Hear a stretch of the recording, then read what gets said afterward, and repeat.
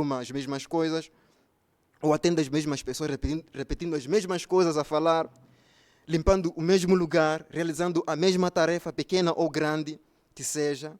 Se tudo isso que você faz para Deus e por causa de Deus, lembre-se, o seu trabalho não é vão no Senhor. Portanto, dedique-se mais para essa tarefa.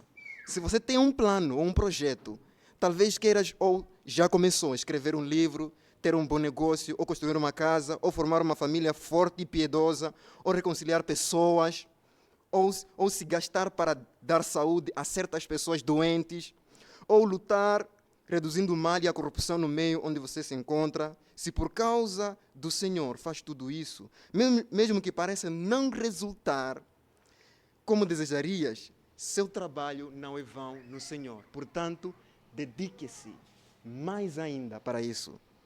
Se você intercede, talvez há anos ou meses, por uma causa, ou uma doença, ou sua família, ou amigos, vizinhos, por tua pátria, por povos ao seu redor, e às vezes você acha que tuas orações levam muito tempo e ninguém vê, lembre-se, teu trabalho não é vão no Senhor.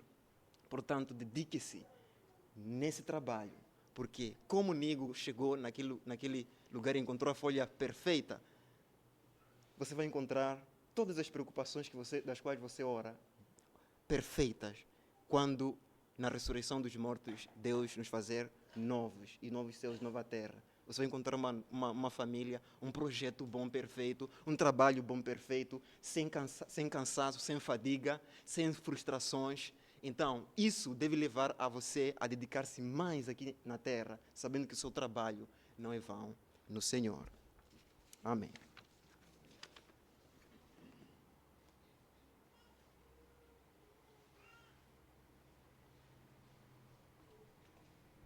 Muito obrigado pela exortação.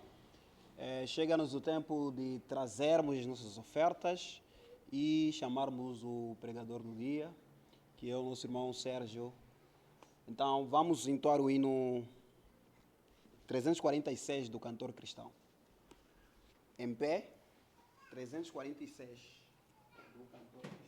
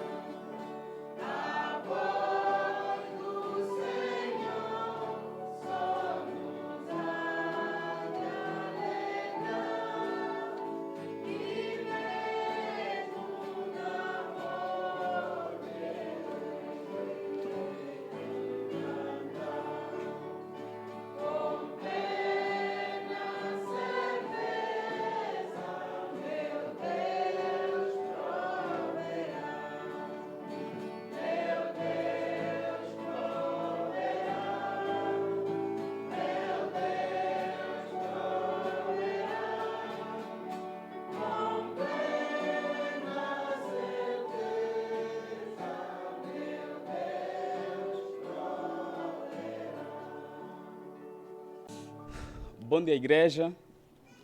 Ainda em pé vou pedir aos irmãos abrirem vossas Bíblias em Jeremias, capítulo 7.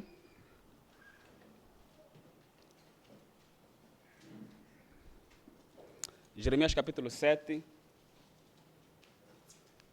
Vamos ler a partir do verso 1 até o verso 11.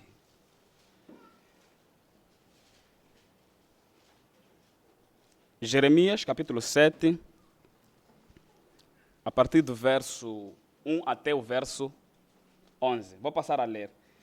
Esta é a palavra que veio a Jeremias da parte do Senhor. Fique junto à porta do templo do Senhor e proclame esta mensagem. Ouçam a palavra do Senhor, todos vocês de Judá, que atravessam estas portas para adorar o Senhor. Assim diz o Senhor dos Exércitos, o Deus de Israel. Corrijam a sua conduta e as suas ações. Eu os farei habitar neste lugar. Não confiem nas palavras enganosas dos que dizem: este é o templo do Senhor, o templo do Senhor, o templo do Senhor. Mas se vocês realmente corrigirem a sua conduta e as suas ações, e se de fato tratarem uns aos outros com justiça, se não oprimirem o estrangeiro, o órfão, a viúva, e não derramarem sangue inocente neste lugar, e se vocês não seguirem outros deuses para a sua própria ruína, então eu os farei habitar neste lugar, na terra que dei aos seus antepassados, desde a antiguidade e para sempre. Mas vejam, vocês confiam em palavras enganosas e inúteis. Vocês pensam que podem roubar e matar, cometer adultério e jurar falsamente, queimar incenso a Baal e seguir outros deuses que vocês não conhecem e depois vir e permanecer perante mim neste templo, neste templo que leva o meu nome e dizer: estamos seguros. Seguros para continuar com todas essas práticas repugnantes? Este templo que leva o meu nome tornou-se para vocês um covil de ladrões. Cuidado! Eu mesmo estou vendo isso, declara o Senhor.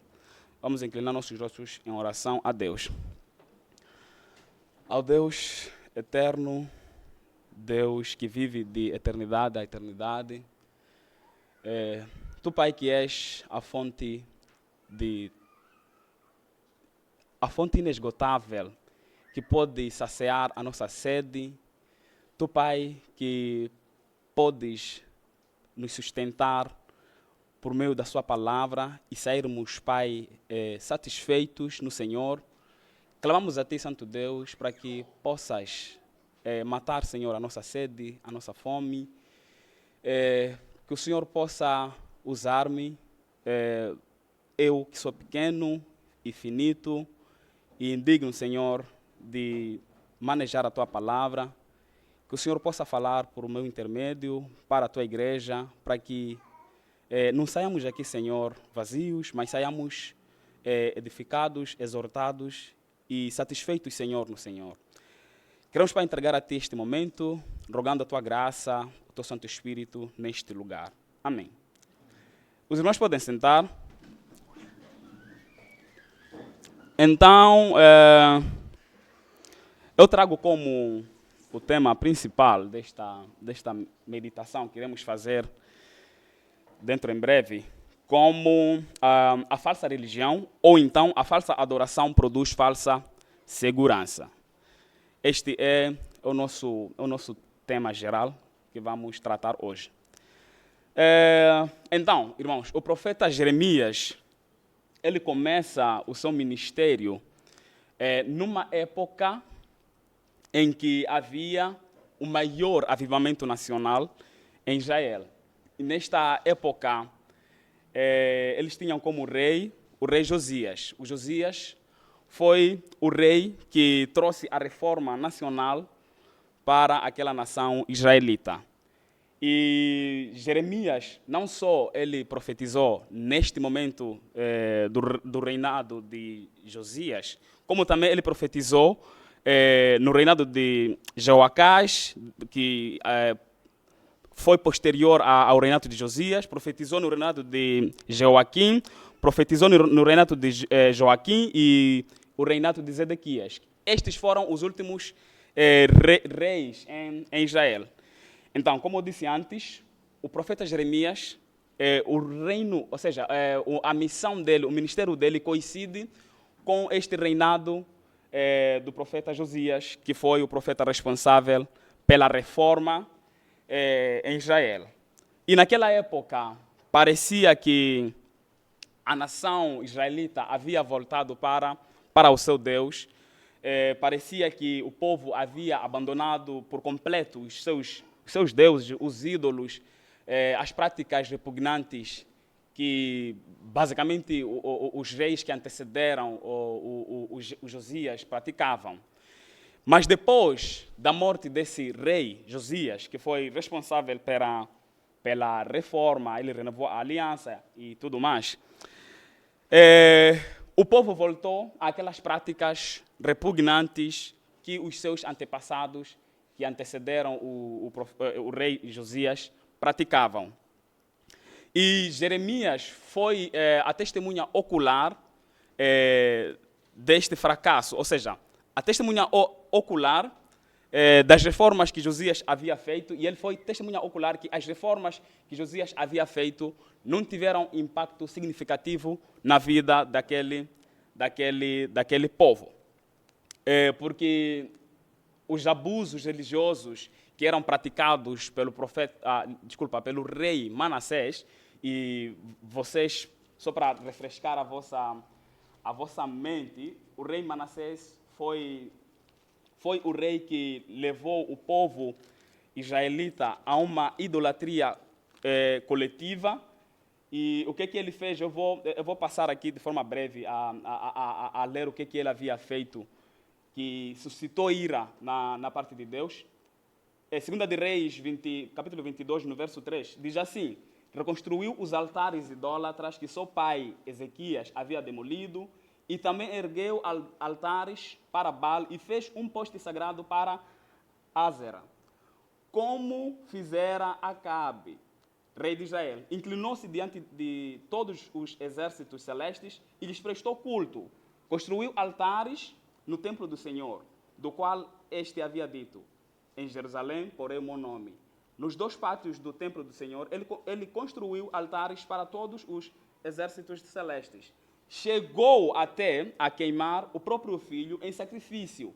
Praticou feitiçaria e adivinhação e recorreu a médiuns e a quem consultava os espíritos. Então, estas foram as práticas que o rei Manassés havia praticado, havia levado ao povo israelita a cometer essas blasfêmias, essas idolatrias coletivas. E, basicamente, o que nós acabamos de aqui perceber com base no texto, as mesmas práticas, elas voltaram depois da morte do rei Josias, que foi responsável pela a reforma em Israel. Todos aqueles abusos religiosos, sacrifícios aos deuses,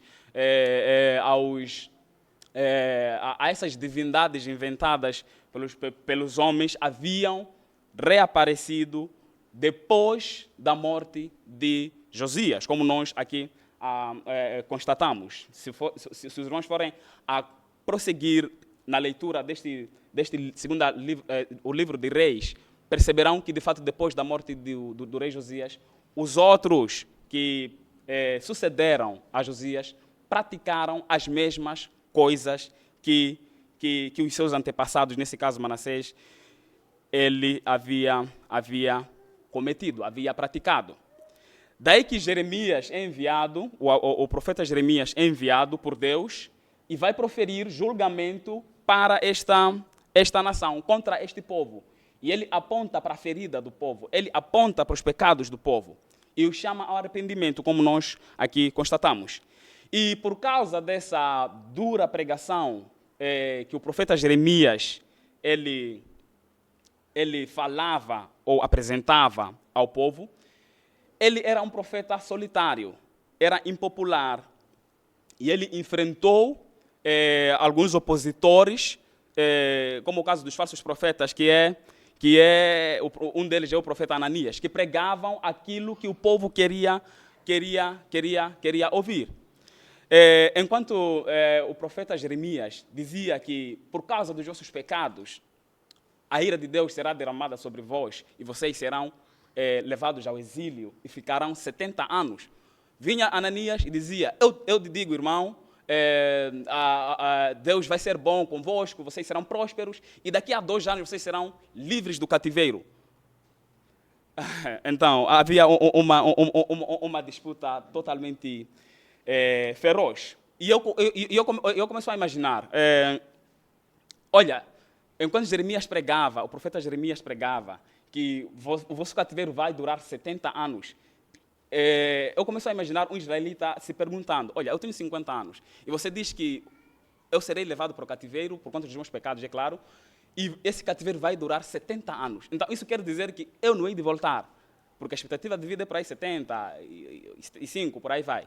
Então, isso quer dizer que eu não hei de voltar, hei de morrer lá no cativeiro e só voltará, talvez, a nova geração, é que há de voltar de lá.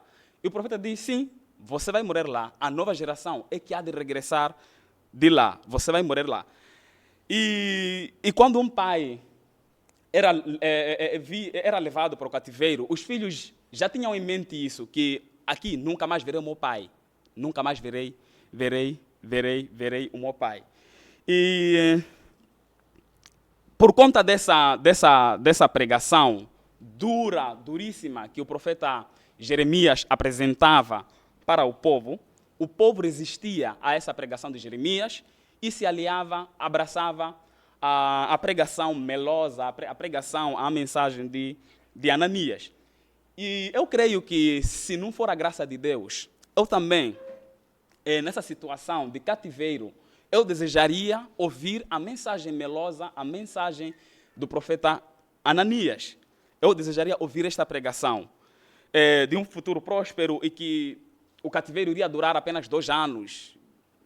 Eu iria desejar ouvir isso. E a pregação de Jeremias, de fato, era dura. E eu creio que também, qualquer um de nós aqui, se não for a graça de Deus, também desejaria ouvir essa pregação de prosperidade, essa pregação de um futuro próspero, essa pregação melosa que o profeta Ananias propagava naquela época. E nós podemos constatar isso nos nossos dias. As pessoas naturalmente não suportam a sã doutrina, não suportam ouvir a verdade, porque o Evangelho, ele nos esvazia, ele acaba com o nosso ego. O Evangelho, ele nos mostra o que é que nós somos e, de fato, nos conduz a aquilo que é a salvação sem merecer alguma coisa. E o ser humano não gosta disso, ele quer fazer parte, de alguma forma, da salvação, talvez por um seu próprio esforço, mas também outras pessoas não gostam mesmo de serem confrontadas, serem ditas que, olha, você é um ser falido, você é pecador e se você continuar assim vai arder, né? Será condenado. Então as pessoas não gostam desse tipo de pregação que é confrontadora nos nossos dias atuais. E o próprio Paulo já havia advertido isso em 2 Timóteo, no capítulo 4, no verso 3, vou passar aqui a ler porque já mesmo anotei. Ele diz assim, pois virá o tempo em que não suportarão a sã doutrina. Pelo contrário, sentindo coceira nos ouvidos, segundo os seus próprios desejos, juntarão mestres para si mesmos. Eles se recusarão a dar ouvidos à verdade, voltando-se para os mitos. E basicamente é isso que tem acontecido nos dias atuais. Muitas das vezes, as igrejas que pregam a verdade dura, o Evangelho, assim como ele está, assim como ele estão desertas, estão vazias. E o exemplo disso é nossa congregação.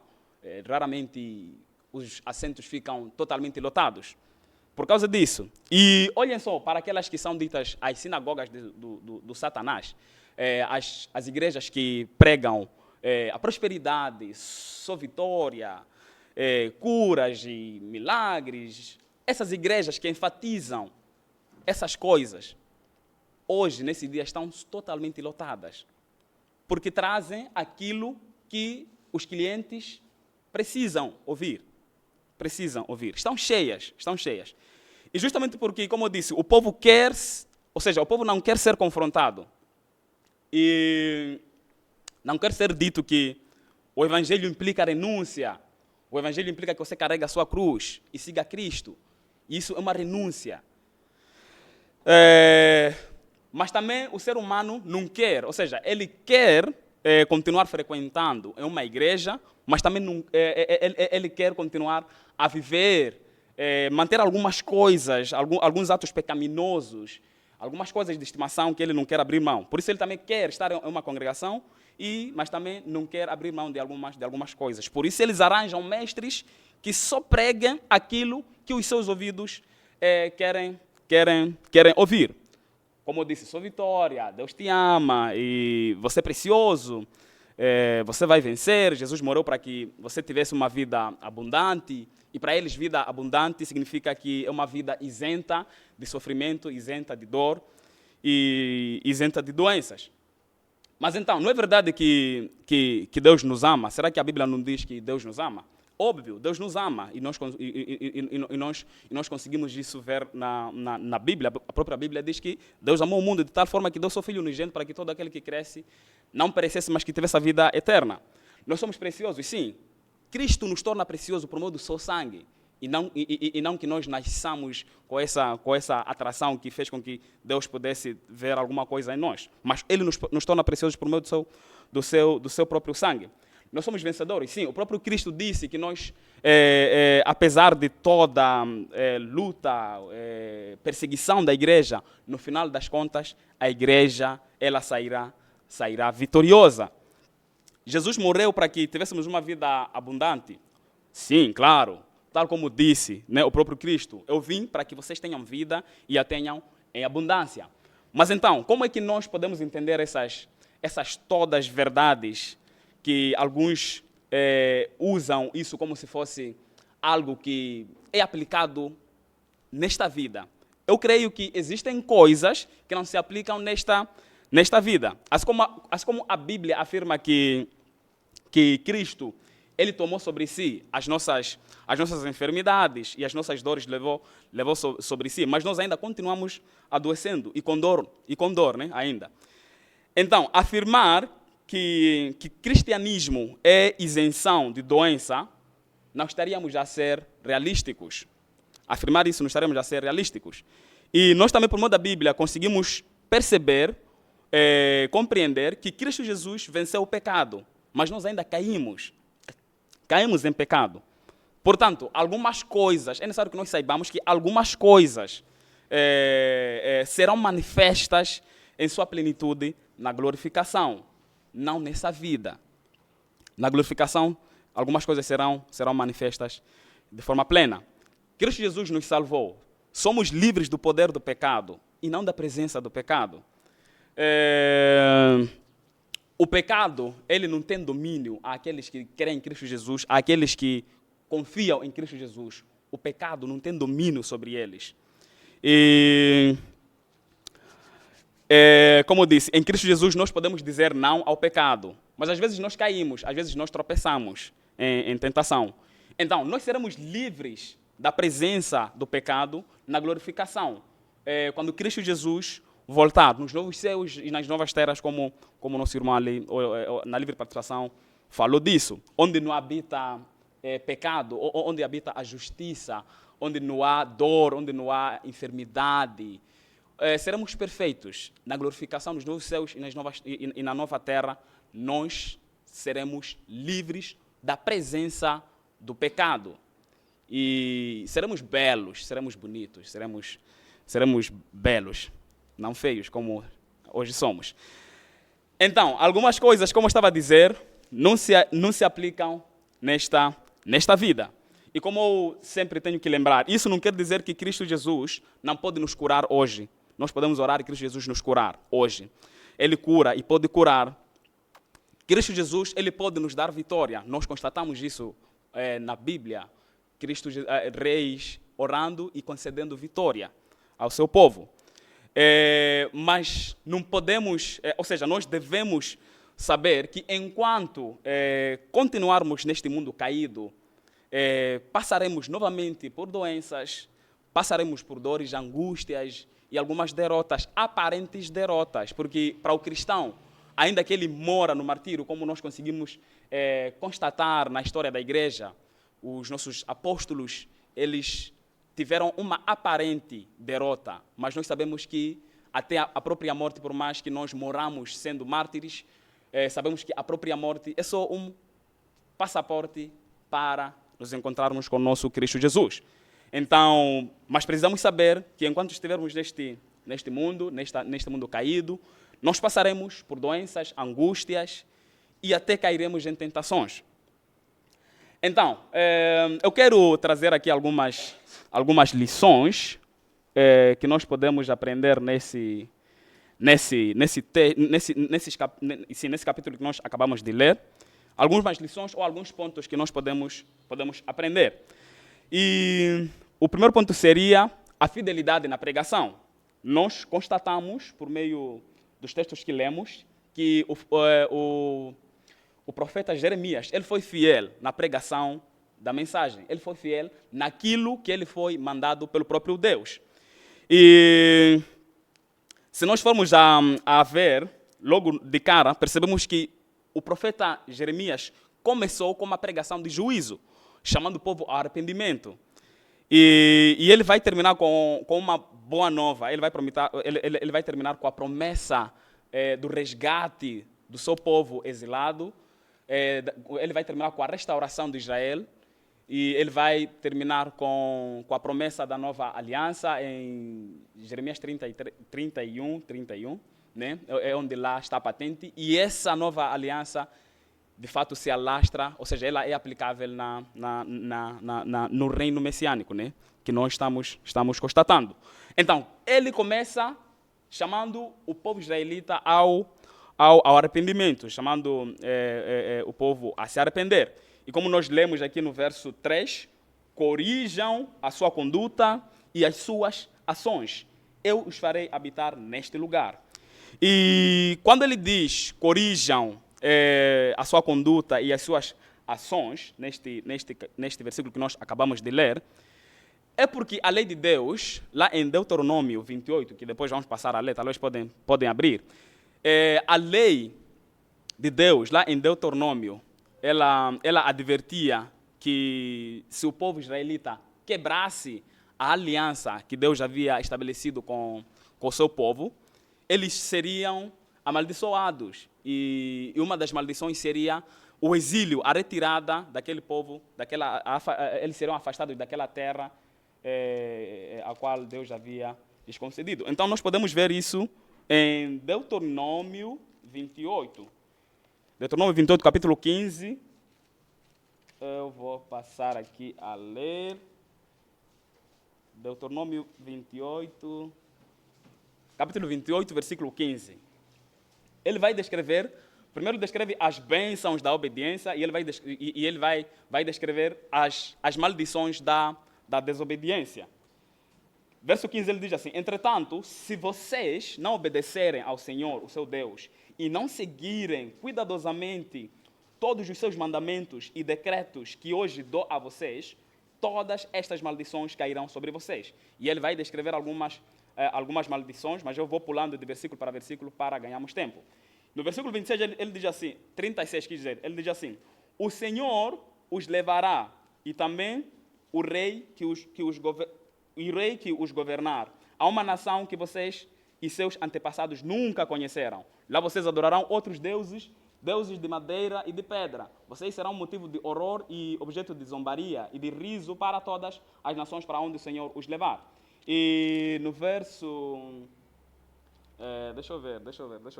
Ok, vamos terminar por aí.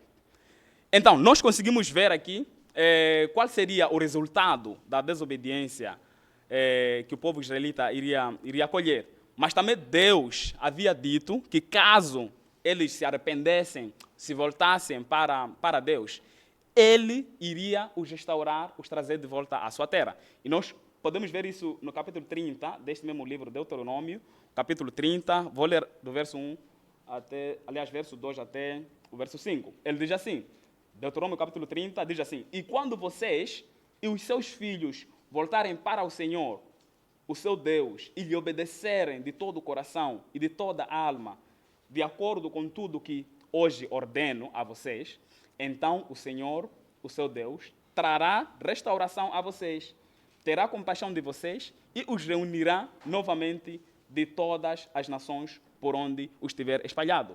Mesmo que tenham sido levados para a terra mais distante, debaixo do céu, de lá o Senhor, o seu Deus, os reunirá e os trará de volta. Ele os trará para a terra dos seus antepassados e vocês tomarão posse dela. Podemos voltar no nosso livro principal, que é Jeremias. E por isso mesmo ele diz, por causa dessa promessa, em caso do povo se arrepender, confessar seus pecados e se arrepender e voltar-se para Deus de todo o coração, por isso ele diz no verso 4 de Jeremias, portanto não confiem nas palavras enganosas dos que dizem, este é o templo do Senhor, este é o templo do Senhor, este é o templo do Senhor. Porque o povo israelita olhava aquele templo, eles olhavam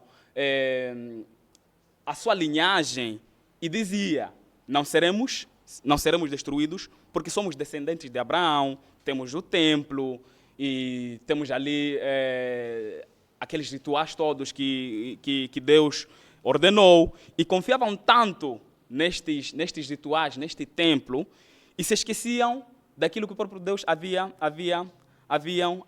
dito, que caso eles seriam abençoados, seriam protegidos, se eles se mantivessem fiéis àquela aliança que o próprio Deus havia dito.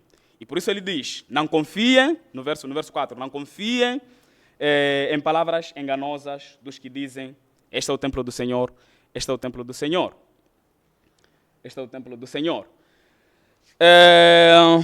E no verso 7, que depois vou passar a ler, aliás, no verso 5, que depois vou passar a ler, ele diz, não confiem, no verso 4, nessas palavras enganosas, que nós temos o templo do Senhor, mas eles deviam se afastar como diz aí no verso 5, se afastar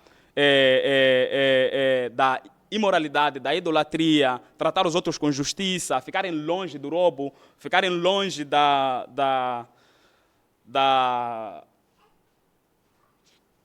ficarem longe dos ídolos. E no verso 7 ele diz, então eu os farei, depois de vocês ficarem longe dessas coisas, se absterem dessas práticas, então eu os farei habitar neste lugar, na terra que dei aos seus antepassados, desde a antiguidade para sempre. Então, esta é a primeira lição que nós podemos aprender neste texto. E indo para o nosso segundo ponto, a nossa segunda lição, os símbolos religiosos não podem nos salvar, não podem nos proteger. Como vamos ler no verso 9 até o verso 10, vou passar a ler. Vocês pensam que podem roubar e matar, cometer adultério e jurar falsamente, queimar incenso a Baal e seguir outros deuses que vocês não conhecem e depois vir e permanecer perante mim neste templo que leva o meu nome e dizer, estamos seguros para continuar com todas essas práticas repugnantes? Podemos parar por aí. Então, os israelitas eram idólatras, os israelitas eram assassinos, eles sacrificavam os seus filhos a algumas divindades que eles próprios haviam inventado. E só vocês, para compreenderem o quão profundo do pecado este povo se encontrava, nós podemos ler no versículo 18 desse mesmo capítulo, onde ele vai descrever a gravidade da situação que eles se encontravam. No verso 18 ele diz, os filhos ajuntam a lenha, os pais acendem o fogo e as mulheres preparam a massa e fazem bolos para a rainha dos seus. Além disso, derramam ofertas a outros deuses para provocarem a minha ira. Ou seja, desde o pequeno até ao maior, todos eram corruptos, todos eram idólatras, eles praticavam a iniquidade, eram infiéis, eles eram adúlteros. E mesmo assim, eles pensavam, estamos seguros. E seguros porque temos o templo do Senhor. É o que eles pensavam. Nascemos da linhagem de Abraão, somos descendentes de Abraão.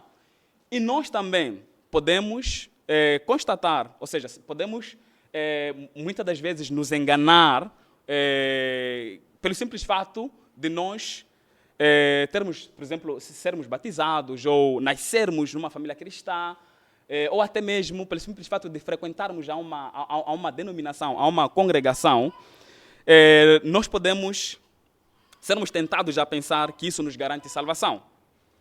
Portanto, tendo esses símbolos religiosos, tendo esses rituais, praticado essas ordenanças, eu posso ter uma vida dupla. Ou seja, a vida dupla ela é caracterizada da seguinte forma.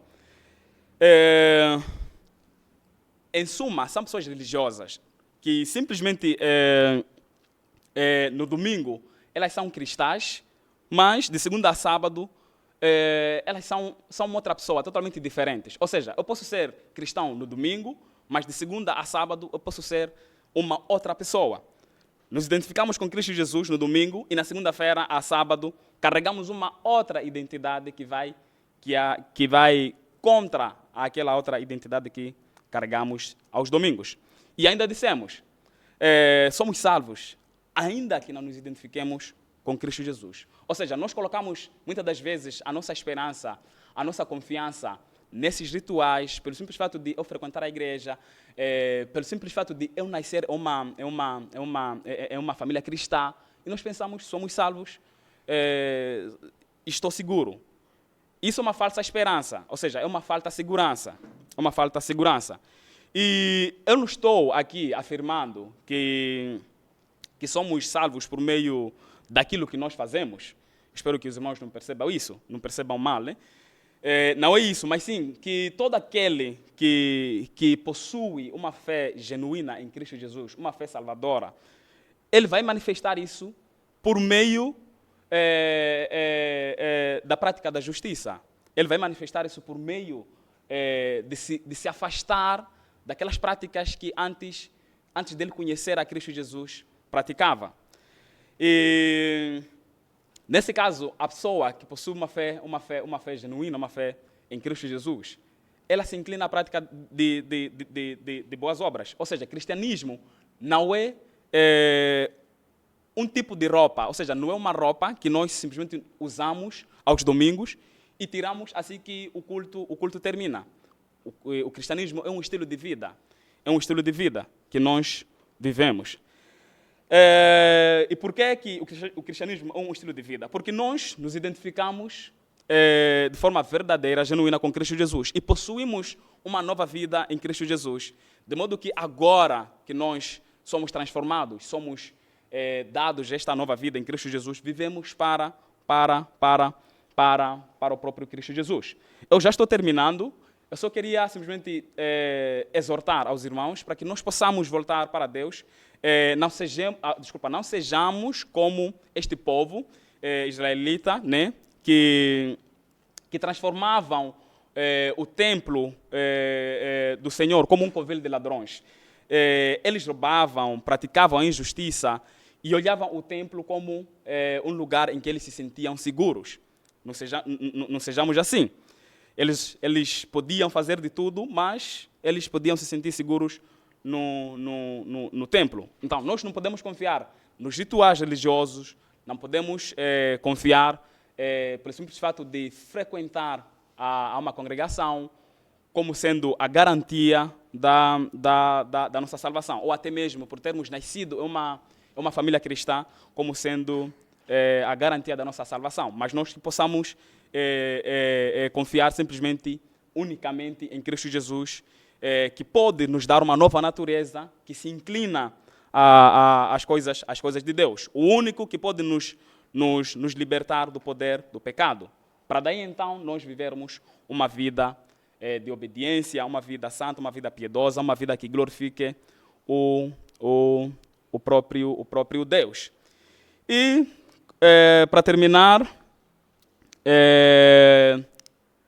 O próprio profeta Jeremias havia profetizado esta nova natureza, esta nova vida em Cristo Jesus, que Ele iria nos dar este novo coração, iria nos dar esta nova vida, um coração que é sensível, um coração que é obediente.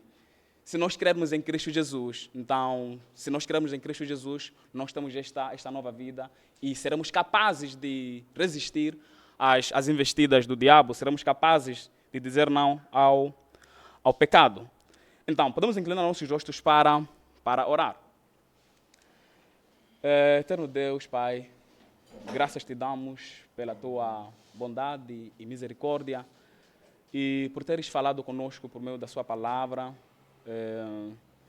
E por teres mostrado que Tu és um Deus que se compadece apesar da nossa fraqueza, e o Senhor se compadece daquele que se arrepende e se achega a Ti em arrependimento e fé em Cristo Jesus, e o Senhor muda-nos de forma milagrosa, antes sendo incapazes de buscar a Ti, mas depois que o Senhor nos atingiu, nós, Pai, somos capazes de nos achegar a Ti e somos capazes, Senhor, de viver em obediência. E rogamos a Ti, Santo Deus, para que possas continuar mantendo esta chama acesa dentro de nossos corações, para que continuemos, Senhor, produzir frutos que glorificam a Ti, frutos que, de fato, nos identificam como cristãos.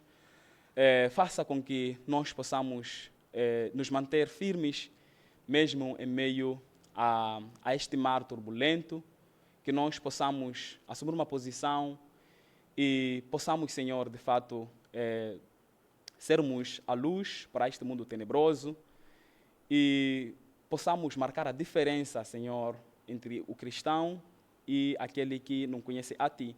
E por meio do nosso viver, por meio da nossa comunhão, em como nós olhamos o mundo, as pessoas que não conhecem a Ti, possam conhecer a Ti por meio do testemunho que nós transmitimos. E nós, Pai, entregamos a Ti as nossas vidas, em nome de Jesus. Amém.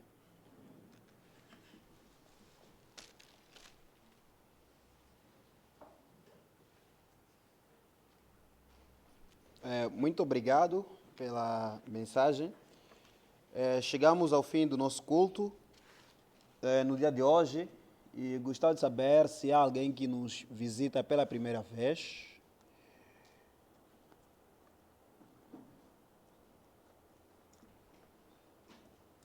E poderia aproveitar o momento e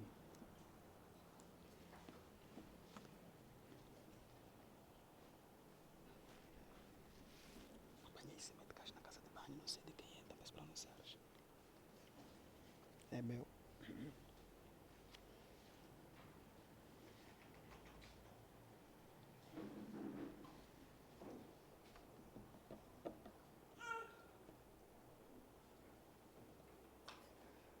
Bom dia, irmão.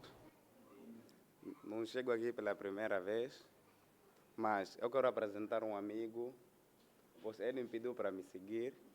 Ele nunca frequentou nenhuma igreja. Essa é a primeira igreja dele a frequentar. Então, estava passando a minha roupa, recebi uma ligação dele. Ele só vinha para me visitar. Já que me encontrou a passar roupa, já me perguntou: vas para onde? Eu disse: para a igreja. Disse: gostaria de seguir, só que quando eu visto minha roupa, eu não me sinto livre, não, que prefiro ficar em casa. Eu disse: assim, que assim seja. Até que pode sair agora, né? Se quiseres. Disse: eu pensaria de seguir. Eu lhe reparei 2 ou 3 vezes. Quase comecei a sorrir sozinho, me perguntou: por que estás a rir? Eu disse: por me pedires. É uma coisa que nunca fizeste na sua vida.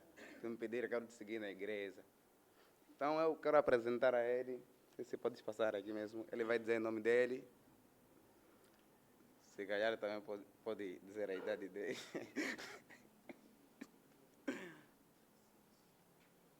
Bom dia, irmão. Sim, isso tudo é verdade, na verdade. Não sei o que me fez pedir esse o meu irmão aí.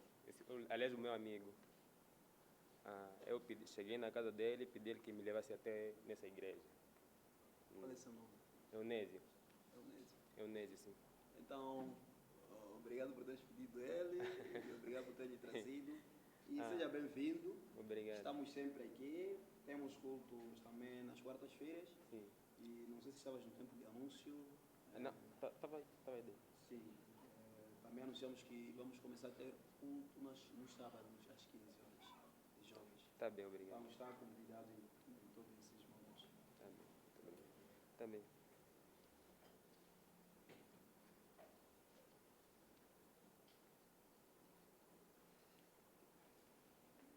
Bom dia, irmãos. E a nós estamos aqui, dar graças ao nosso Senhor. Dei um testemunho nos meses passados acerca da recepção da nossa filha.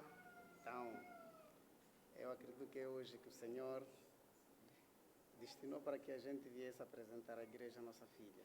Então, nós estamos aqui com a nossa filha para apresentarmos a todos os irmãos, que também pedimos orações para que a nossa filha passe bem e cresça bem. Estou sem mais palavras, não sei a minha esposa se pode dizer alguma coisa. E ela disse que também está sem palavras. Qual é o nome dela de novo? O nome dela ela responde pelo nome de Madalena. Madalena. Ela já respondeu. Desculpa. Sim, Tá sim. bem. Muito obrigado. Sim, sim. Somos gratos. Obrigado. A moda do irmão Zarito, eu vou ser mais radical que ele. Vou ler o último versículo da Bíblia. Apocalipse 22, versículo 21, que diz o seguinte: a graça do nosso Senhor Jesus Cristo seja com todos vós. Amém. Vamos entoar o hino 314 do cantor cristão e depois nos saudamos. 314.